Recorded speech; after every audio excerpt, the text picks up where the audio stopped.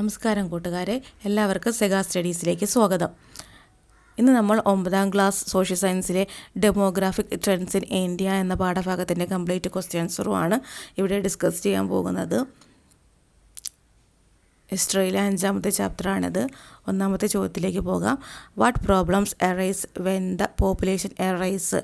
ജനസംഖ്യാ വർധന മൂലം ഉണ്ടാകുന്ന പ്രോബ്ലംസ് ഏതൊക്കെയാണെന്നാണ് ചോദ്യം. Poverty, unemployment, starvation, malnutrition, migration ഏതൊക്കെയാണ്? പട്ടിണി, അൺഎംപ്ലോയ്മെൻറ്റ് തൊഴിലില്ലായ്മ, ദാരിദ്ര്യം, പോഷകാഹാരക്കുറവ്, മൈഗ്രേഷൻ കുടിയേറ്റം എന്നിവയാണ് ജനസംഖ്യാ വർധന മൂലം ഉണ്ടാകുന്ന പ്രോബ്ലം. അടുത്ത ചോദ്യം.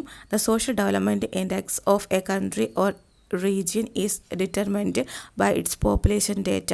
Which are they? ഒരു രാജ്യത്തിൻ്റെയോ പ്രദേശത്തിൻ്റെയോ സാമൂഹിക വികസന സൂചിക നിർണ്ണയിക്കുന്നത് അവിടുത്തെ ജനസംഖ്യാ വിവരങ്ങളാണ്. അത് ഏതൊക്കെയാണെന്നാണ് ചോദ്യം. Birth rate, death rate, infant morality rate, age structure. ജനന നിരക്കും മരണനിരക്ക്. പിന്നെയോ ഇൻഫാൻറ്റ് മോർട്ടാലിറ്റി റേറ്റ് എന്ന് പറഞ്ഞാൽ ശിശു മരണനിരക്ക്, ഏജ് സ്ട്രക്ചർ പ്രായഘടന എന്നിവയാണ്. അടുത്ത ചോദ്യത്തിലേക്ക് പോകാം. പോപ്പുലേഷൻ എന്താണ് പോപ്പുലേഷൻ? ജനസംഖ്യ. Total number of people residing in an area during A given period of time. ഒരു പ്രദേശത്ത് നിശ്ചിത കാലയളവിൽ അധിവസിക്കുന്ന ജനങ്ങളുടെ ആകെ എണ്ണമാണ് പോപ്പുലേഷൻ എന്നതുകൊണ്ട് ഉദ്ദേശിക്കുന്നത്.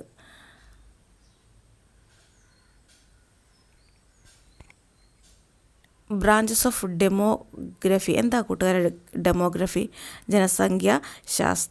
ജനസംഖ്യാശാസ്ത്രത്തിൻ്റെ ബ്രാഞ്ചസ് ഏതൊക്കെയാണ്?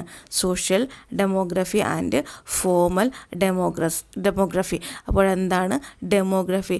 ജനസംഖ്യാശാസ്ത്രം എന്ന് പറഞ്ഞാൽ എന്താണ്? What is demography? Demography is a branch of science that deals with the population's structure such as birth and death rate, migration and population density. അപ്പോൾ എന്താണ് ജനസംഖ്യാശാസ്ത്രം?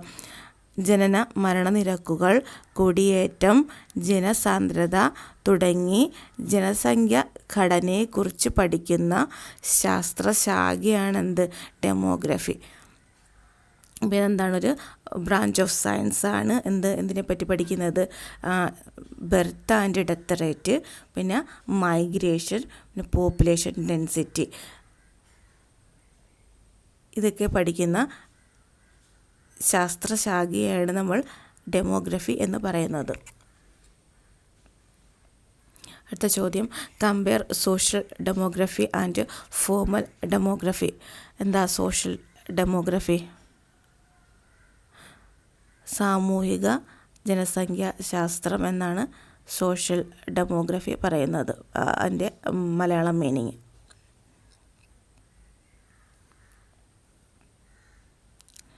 Social demography it investigates the structure of social demography and it's causes and consequence of change.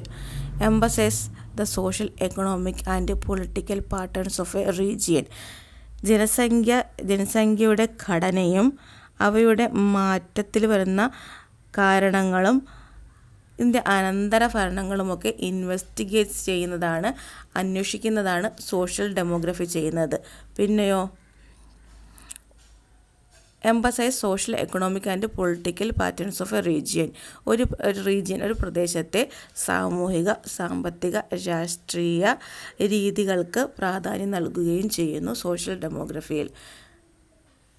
അടുത്തത് formal ഡെമോഗ്രഫിയാണ് കൂട്ടുകാരെ. ഒന്ന് rewrite ചെയ്തെഴുതുക. Formal കൂട്ടുകാർ ഡെമോക്രസിയിലെ ഡെമോഗ്രഫിയാണ്. Demography measures and analyse the factors of population change, collect and analyse data on population, the socio economic status of a country. Example census. Formal demography അല്ലെങ്കിൽ ഔപചാരിക ജനസംഖ്യാശാസ്ത്രം എന്ന് പറഞ്ഞാൽ ജനസംഖ്യാ മാറ്റത്തിൻ്റെ ഘടകങ്ങളെ അളക്കുകയും വിശകലനം നടത്തുകയും ചെയ്യുന്നു. Measures and analyse factors of population, അളക്കുകയും വിശകലനം ചെയ്യുകയും ചെയ്യുന്നു. പിന്നെയോ collect and analyse data on population and socio economic status of a country. രാജ്യത്തിൻ്റെ ജനങ്ങളുടെ എണ്ണം, സാമൂഹിക സാമ്പത്തിക അവസ്ഥ തുടങ്ങിയവയുടെയൊക്കെ വിവരങ്ങൾ, ഡേറ്റ ശേഖരിച്ച് വിശകലനം ചെയ്യുകയും ചെയ്യുന്നു. ഇതൊക്കെ ഫോമൽ ഡെമോഗ്രഫിയിൽ വരുന്നതാണ്.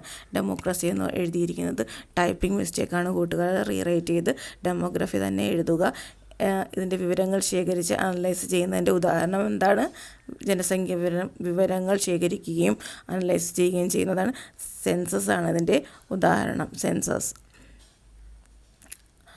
When was the census started in India? എപ്പോഴാണ് ഇന്ത്യയിൽ സെൻസസ് സ്റ്റാർട്ട് ചെയ്തത്? The first census in India was conducted in 1872 during British rule. British കാലഘട്ടത്തിലാണ് ആദ്യത്തെ ജനസംഖ്യ സെൻസസ് നമ്മൾ എടുത്തിരിക്കുന്നത്. 1872. First completed census was conducted in 1981. സമ്പൂർണ്ണ സെൻസസ് ഇന്ത്യയിലെടുത്തത് 1981. ദ ഫസ്റ്റ് സെൻസസ് ആഫ്റ്റർ ഇൻഡിപെൻഡൻസിന് ശേഷമുള്ള ആദ്യത്തെ സെൻസസ് 1951 ലാസ്റ്റ് സെൻസസ് എപ്പോഴായിരുന്നു? 2011 അടുത്ത ചോദ്യത്തിലേക്ക് പോകാം. What is population growth? എന്താണ് പോപ്പുലേഷൻ ഗ്രോത്ത് അല്ലെങ്കിൽ ജനസംഖ്യ വളർച്ച എന്ന് പറഞ്ഞാൽ എന്താണ്? Population of our area increases of a given period of time. ഒരു പ്രദേശത്തെ ജനസംഖ്യയിൽ നിശ്ചിത കാല അളവിനിടയിലുണ്ടാകുന്ന വർധനവിനെയാണ് പോപ്പുലേഷൻ ഗ്രോത്ത് എന്ന് അറിയപ്പെടുന്നത്. എന്നാൽ എന്താണ് പോപ്പുലേഷൻ ഗ്രോത്ത് റേറ്റ്? ജനസംഖ്യ വളർച്ച നിരക്ക് എന്ന് പറഞ്ഞാൽ എന്താണ്? It indicates the percentages of increasing in the population compared to the previous year. ജനസംഖ്യ മുൻ വർഷത്തെ അപേക്ഷിച്ച് എത്ര ശതമാനം വർദ്ധിച്ചു എന്നതാണ് പോപ്പുലേഷൻ ഗ്രോത്ത് റേറ്റ് എന്നതുകൊണ്ട് ഉദ്ദേശിക്കുന്നത്. കൂട്ടുകാർക്ക് മനസ്സിലായെന്ന് വിചാരിക്കുന്നു. അടുത്ത ചോദ്യം, what is migration? Which are 2 type of migration? എന്താണ് മൈഗ്രേഷൻ? മൈഗ്രേഷൻ എന്ന് പറഞ്ഞാൽ എന്താ കൂട്ടുകാരെ? കുടിയേറ്റം. 2 തരത്തിലുള്ള കുടിയേറ്റങ്ങൾ ഏതൊക്കെയാണത്? Migration is the permanent or temporary settlement of people from one region to another. ഒരു പ്രദേശത്ത് നിന്ന് മറ്റൊരു പ്രദേശത്ത് സ്ഥിരമായോ താൽക്കാലികമായോ ജനങ്ങൾ മാറി താമസിക്കുന്നതിനെയാണ് കുടിയേറ്റം എന്ന് പറയുന്നത്. ഇപ്പോൾ 2 ടൈപ്സ്, 2 തരത്തിലുണ്ട്. ഏതൊക്കെയാണ്? Internal migration and international migration. ആഭ്യന്തര കുടിയേറ്റവും രാജ്യാന്തര കുടിയേറ്റവും.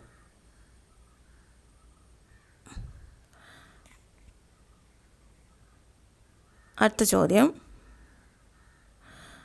Migration changes the population structure of an area justify. കുടിയേറ്റം ഒരു പ്രദേശത്തിൻ്റെ ജനസംഖ്യ ഘടനയിൽ മാറ്റമുണ്ടാക്കുന്നു. ഇത് എങ്ങനെയാണെന്നാണ് ചോദ്യം. Population increases in an area, another region is ഡീപോപ്പുലേറ്റിംഗ്.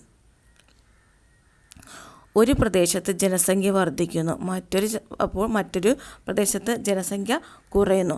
The population of the area will decreases from which area one migrate from. ഏതു പ്രദേശത്ത് നിന്നാണോ കുടിയേറുന്നത് ആ പ്രദേശത്തെ ജനസംഖ്യയാണ് കുറയുന്നത്. Migration to an area increases the population of that area. ഏത് പ്രദേശത്തേക്കാണോ കുടിയേറുന്നത് ആ സ്ഥലത്ത് ജനസംഖ്യ വർദ്ധിക്കുകയും ചെയ്യും. ഇങ്ങനെയാണ് ഒരു കുടിയേറ്റം ഒരു പ്രദേശത്തെ ജനസംഖ്യയുടെ ഘടനയിലുണ്ടാകുന്ന മാറ്റം. നെക്സ്റ്റ് ചോദ്യം, കൂട്ടുകാർക്ക് സ്ലൈഡ് ചെറിയ സ്ക്രീനിലാണ് ലഭ്യമാകുന്നതെങ്കിൽ ഫുൾ സ്ക്രീനിലിട്ട് വലുതാക്കി കാണാൻ ശ്രദ്ധിക്കുക. What is the difference between internal migration and international migration? ആഭ്യന്തര കുടിയേറ്റവും രാജ്യാന്തര കുടിയേറ്റവും തമ്മിലുള്ള വ്യത്യാസം എന്താണ്? Migration within A countries border, അതായത് ഇൻറ്റേർണൽ മൈഗ്രേഷൻ അല്ലെങ്കിൽ ആഭ്യന്തര കുടിയേറ്റം എന്ന് പറഞ്ഞാൽ രാജ്യ അതിർത്തിക്ക് അകത്തുള്ള കുടിയേറ്റങ്ങളാണ് ആഭ്യന്തര കുടിയേറ്റങ്ങൾ എന്ന് പറയുന്നത്. ഉദാഹരണം, people of Kerala going to other state in search of employment. നമ്മുടെ കേരളത്തിലുള്ള ജനങ്ങൾ മറ്റൊരു സ്റ്റേറ്റിലേക്ക് പോകുന്നത് തൊഴിലാവശ്യത്തിനോ മറ്റ് വിദ്യാഭ്യാസ ആവശ്യത്തിനോ ഒക്കെ പോകുന്നത്, അത് ഇൻറ്റേർണൽ മൈഗ്രേഷനാണ്. അടുത്തത് ഇൻ്റർനാഷണൽ മൈഗ്രേഷനാണ്. Migration across the country borders, അത് രാജ്യത്തിൻ്റെ അതിർത്തി കടന്നുള്ള കുടിയേറ്റങ്ങളെയാണ് ഇൻ്റർനാഷണൽ മൈഗ്രേഷൻസ് എന്ന് പറയുന്നത്. Migration across the country borders. Example, the movement of people from India to Gulf countries and European countries. ഇന്ത്യയിലെ ജനങ്ങൾ ഗൾഫ് കൺട്രിയിലേക്കും യൂറോപ്പിലേക്കുമൊക്കെ പോകുന്നത് അല്ലെങ്കിൽ മാറി താമസിക്കുന്നതിനെയൊക്കെയാണ് നമ്മൾ ഇൻ്റർനാഷണൽ മൈഗ്രേഷൻ എന്ന് പറയുന്നത്. കൂട്ടുകാർക്ക് മനസ്സിലായെന്ന് വിചാരിക്കുന്നു. List out the reasons of migration. കുടിയേറ്റത്തിന് വിവിധ കാരണങ്ങളുണ്ടല്ലേ, അത് ലിസ്റ്റ് ഔട്ട് ചെയ്യാനാണ്. ഇതിനു വേണ്ടിയൊക്കെ ആയിരിക്കും better income, high social status, high standard of living, financial condition, മെച്ചപ്പെട്ട വരുമാനത്തിന് വേണ്ടിയും ഉയർന്ന സാമൂഹിക പദവിക്ക് വേണ്ടിയും, ഹൈ സ്റ്റാൻഡേർഡ് ഓഫ് ലിവിങ് ഉയർന്ന ജീവിത നിലവാരത്തിന് വേണ്ടിയും, ഫിനാൻഷ്യൽ കണ്ടീഷൻ സാമ്പത്തിക സാഹചര്യങ്ങൾക്ക് വേണ്ടിയും കുടിയേറ്റം ചെയ്യാറുണ്ട്. പിന്നെയോ the weather, landscape, urbanization, availability of natural resource, കാലാവസ്ഥ, ഭൂപ്രകൃതി, നഗരവൽക്കരണം, പ്രകൃതി വിഭവങ്ങളുടെ ലഭ്യത, ഈ ഘടകങ്ങളും മൈഗ്രേഷൻ കുടിയേറ്റത്തെ സ്വാധീനിക്കുന്നുണ്ട്.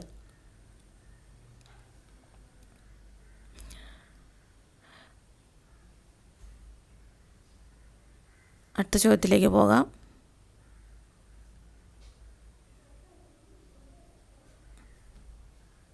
Define birth rate and death rate, how they influence the growth of population.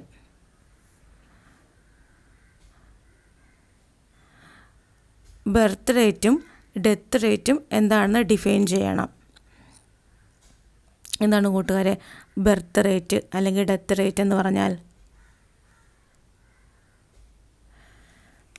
Birth rate is the number of live births per thousands of population. Death rate is the number of death. ജനസംഖ്യയിലെ ഓരോ ആയിരത്തിനും, അതായത് per 1000, ഓരോ ആയിരത്തിനും ഓരോ ആയിരത്തിൽ ഒരാൾ അതായത് ജനിക്കുന്നവരുടെ എണ്ണം എടുക്കുന്നതിനെയാണ് ജനസംഖ്യാ നിരക്കെന്ന് പറയുന്നത്. അതുപോലെ തന്നെ മരണനിരക്ക് എന്താണ്? ഒരു പ്രത്യേക പ്രദേശത്ത് നിശ്ചിത സമയത്ത് ജനസംഖ്യയിൽ ഓരോ ആയിരത്തിലും മരിക്കുന്നവരുടെ എണ്ണമാണ് മരണനിരക്കായിട്ട് രേഖപ്പെടുത്തുന്നത്.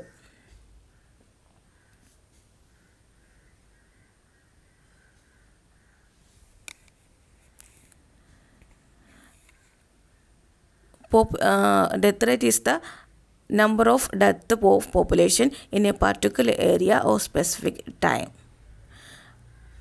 Population growth slow down when the birth rate is low. Population growth is slow down, birth rate is low. ജനനനിരക്ക് കുറയുകയും മരണനിരക്ക് ഉയരുകയും ചെയ്യുന്ന അവസ്ഥയിലാണ് എന്ത് ചെയ്യുന്നത്? ജനസംഖ്യ കുറയുന്നത്. Population grow slow down when the birth rate is low. Birth rate കുറയുകയും death rate is high, death rate കൂടുകയും ചെയ്യുമ്പോൾ പോപ്പുലേഷൻ ഗ്രോത്ത് എന്ത് ചെയ്യും? സ്ലോ ഡൗൺ ആകും. അടുത്ത ചോദ്യം, what is the difference between population and density of population? പോപ്പുലേഷനും density of പോപ്പുലേഷനും തമ്മിലുള്ള വ്യത്യാസം എന്താണ്? Population of an area is the total number of people residing in that area during a specific period of time.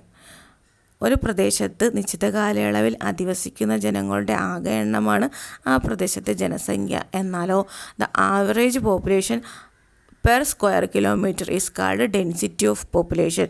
എന്നാൽ ആ ഓരോ ചതുരശ്ര കിലോമീറ്ററിലും ചതുരശ്ര കിലോമീറ്ററിലുള്ള ശരാശരി ജനസംഖ്യയുടെ സാന്ദ്രതയാണ് എന്ത് പറയുന്നത്? ഡെൻസിറ്റി ഓഫ് പോപ്പുലേഷൻ എന്ന് പറയുന്നത്.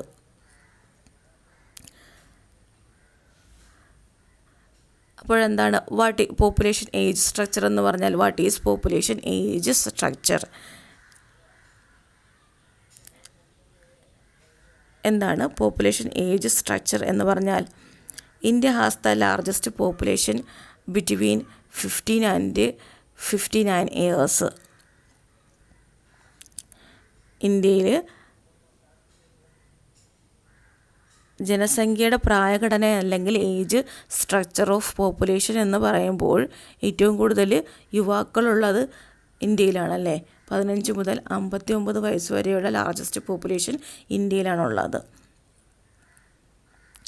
പിന്നെ 60 മുകളിലുള്ള people of 60 years age are underrepresented of population. 60 വയസ്സിൽ കൂടുതൽ ഉള്ളവർ ഇന്ത്യയിൽ ജനസംഖ്യയിൽ കുറവാണ്. India has highest proportion of young population and low proportion of old age. ഇന്ത്യയിൽ ഉയർന്ന അനുപാതത്തിൽ യുവജനസംഖ്യ ഉണ്ട്, കുറഞ്ഞ അനുപാതത്തിലാണ് പ്രായമുള്ളവർ അല്ലെങ്കിൽ വയസ്സായവർ കുറഞ്ഞ അനുപാതത്തിലാണ് ഉള്ളത്. ഇതാണ് population age structure of India എന്ന് പറഞ്ഞത്. അടുത്ത ചോദ്യം, what is meant by dependency ratio? What is the significance of this? Dependency ratio എന്ന് പറഞ്ഞാൽ ആശ്രിത അനുപാതം എന്നാണ് അർത്ഥം. ഇതിൻ്റെ സിഗ്നിഫിക്കൻസ്, പ്രാധാന്യം എന്താണ്? Defeated situations is the criteria used to compare dependent category of population and working population. ജനസംഖ്യയിലെ ആശ്രിത വിഭാഗത്തെയും തൊഴിലെടുക്കുന്ന വിഭാഗത്തെയും താരതമ്യം ചെയ്യുന്ന മാനദണ്ഡത്തെയാണ് ആശ്രിത അനുപാതം എന്ന് പറയുന്നത്. Dependency ratio helps to understand the number of people who needs to welfare and care and formulate plans for them.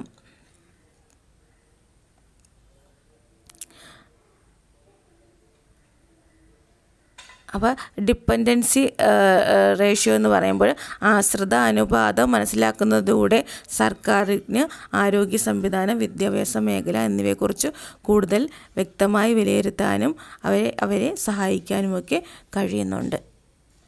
അതിൻ്റെ സിഗ്നിഫിക്കൻസ് ആണിത്.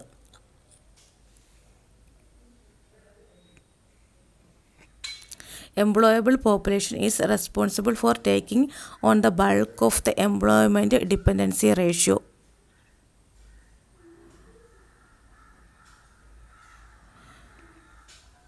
ഈ തൊഴിലെടുക്കാൻ പ്രാപ്തിയുള്ള 15-നും 64-നും ഇടയിലുള്ള പ്രായമുള്ളവർ, ഇവരൊക്കെ തൊഴിലേർപ്പെടാൻ കഴിയാത്ത വലിയൊരു വിഭാഗത്തെ ഏറ്റെടുക്കേണ്ടി വരുന്ന ബാധ്യതയുണ്ടാകുന്നുണ്ട്. ഈ ആശ്രിത അനുപാതം കുറയുന്നത് രാജ്യത്തെ സാമ്പത്തിക പുരോഗതിയിലേക്ക് നയിക്കുകയും ചെയ്യുന്നുണ്ട്. അതായത് decreasing leads to economic progress in India അല്ലെങ്കിൽ അവർ കൺട്രി. ആശ്രിത അനുപാതം കുറയുന്നത് രാജ്യത്തെ സാമ്പത്തിക പുരോഗതിയിലേക്ക് നയിക്കുകയും ചെയ്യും.